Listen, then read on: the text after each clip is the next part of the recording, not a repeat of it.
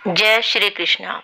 विश्व में जितना भी ज्ञान है उनमें सबसे बढ़कर सबसे ऊपर भगवत गीता है। भगवत गीता में आपके हर प्रश्न का उत्तर है, आपकी हर समस्या का हल है। आपके अंदर आध्यात्मिक विचारों को उत्पन्न करने की शक्ति भगवत गीता में है।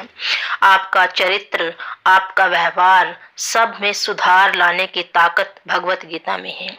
जो व्यक्ति इसे पढ़ता है, सुनता है, उसके अंदर अपने आप परिवर्तन होने शुरू हो जाते हैं। आज की इस वीडियो में हम संपूर्ण गीता का सार करेंगे। तो हम पहले अध्याय से शुरू करते हैं। पहला अध्याय है जो वो अर्जुन विषाद से शुरू होता है। इसमें अर्जुन है जो बहुत दुखी है, उसी से इसका आरंभ हो रहा है। शक्तिशाली योद्धा अर्जुन युद्धाभिमुख विपक्षी सेनाओं में अपने निकट संबंधियों, शिक्षकों तथा मित्रों को युद्ध में अपना अपना जीवन उत्सर्ग करने के लिए उद्यत देखता है। वह शोक तथा करुणा से अभिभूत होकर अपनी शक्ति खो देता है। उसका मन मोहग्रस्त हो जाता है और वह युद्ध करने के अपने संकल्प को त्याग देता है। अर्जुन शिष्य रूप में कृष्ण की शरण ग्रहण करता है और कृष्ण उसे नश्वर भौतिक शरीर तथा नित्य आत्मा के मूलभूत अंतर की व्याख्या करते हुए अपना उपदेश प्रारंभ करते हैं। भगवान उसे देहांतरण की प्रक्रिया, परमेश्वर की निष्काम सेवा तथा स्वरूप सिद्ध व्यक्ति के गुणों से अवगत कराते हैं। इस भौतिक जगत में हर व्यक्ति को किसी न किसी प्रकार के कर्म से प्रवृत्त होना पड़ता है, किंतु ये ही कर्म उसे जगत से बांधते या मुक्त कराते हैं। निष्काम भाव से परमेश्वर की प्रसन्नता के लिए कर्म करने से मनुष्य कर्म के नियम से छूट सकता है तथा आत्मा तथा परमेश्वर विषयक दिव्य ज्ञान प्राप्त कर सकता है। आत्मा, ईश्वर तथा इन दोनों से संबंधित दिव्य ज्ञान शुद्ध करने तथा मोक्ष प्राप्त करने वाला है। ऐसा ज्ञान कर्म योग का फल है। भगवान गीता के प्राचीन इतिहास इस भौतिक जगत में बारंबार अपने अवतरण की महत्ता तथा गुरु के पास जाने की आवश्यकता का उपदेश देते हैं। ज्ञानी पुरुष दिव्य ज्ञान की अग्नि से शुद्ध होकर बाह्यतः सारे कर्म करता है, किंतु अंतर में उन कर्मों के फल का परित्याग करता हुआ शांति, विरक्ति, सहिष्णुता, आध्यात्मिक दृष्टि तथा आनंद की प्राप्ति करता है। अष्टांग योग मन तथा इंद्रियों को नियंत्रित करता है और ध्यान को परमात्मा पर केंद्रित करता है। इस विधि को परिणति समाधि में होती है। भगवत ज्ञान, भगवान कृष्ण समस्त कारणों के कारण परम सत्य है। महात्मा गण भक्ति पूर्वक उनकी शरण ग्रहण करते हैं, किंतु अपवित्र जन पूजा के अन्य विषयों की ओर अपने मन को मोड़ देते हैं। भक्ति पूर्वक भगवान कृष्ण का आजीवन स्मरण करते रहने से और विशेषतः मृत्यु के समय ऐसा करने से मनुष्य परम धाम को प्राप्त कर सकता है। भगवान श्री कृष्ण परमेश्वर हैं और पूज्य हैं।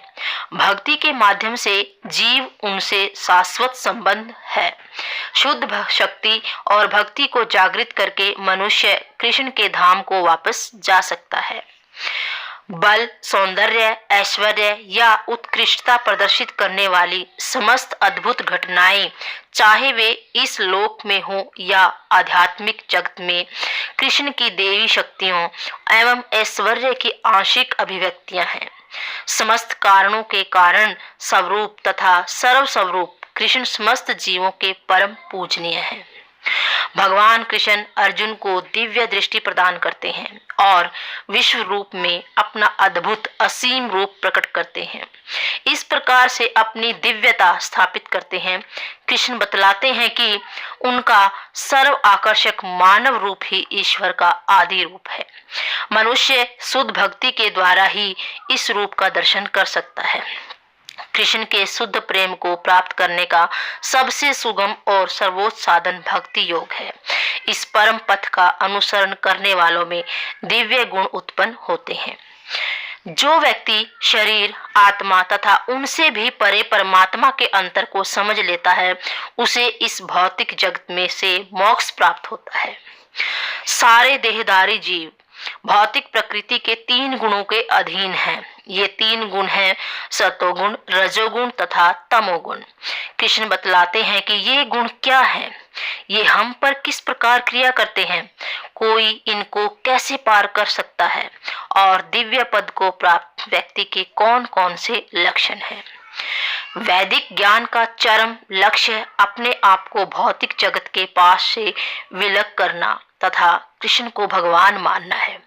जो कृष्ण के परम स्वरूप को समझ लेता है वह उनकी शरण ग्रहण करके उनकी भक्ति में लग जाता है। शास्त्रों के नियमों का पालन न करके मनमाने ढंग से जीवन व्यतीत करने वाले तथा आसुरी गुणों वाले व्यक्ति अधम योनियों को प्राप्त होते हैं और आगे भी भवबंधन में पड़े रहते हैं। किंतु दैवी गुणों से संपन्न तथा शास्त्रों को आधार मानकर नियमित जीवन बिताने वाले लोग आध्यात्मिक सिद्धि प्राप्त करते हैं। भौतिक प्रकृति के 3 गुणों से 3 प्रकार की श्रद्धा उत्पन्न होती है। रजोगुण तथा तमोगुण में श्रद्धा पूर्वक किए गए कर्मों से अस्थायी फल प्राप्त होते हैं, जबकि शास्त्र सम्मत विधि से सतोगुण से रहकर संपन्न कर्म हृदय को शुद्ध करते हैं। ये भगवान कृष्ण के प्रति शुद्ध श्रद्धा तथा भक्ति उत्पन्न करने वाले होते हैं।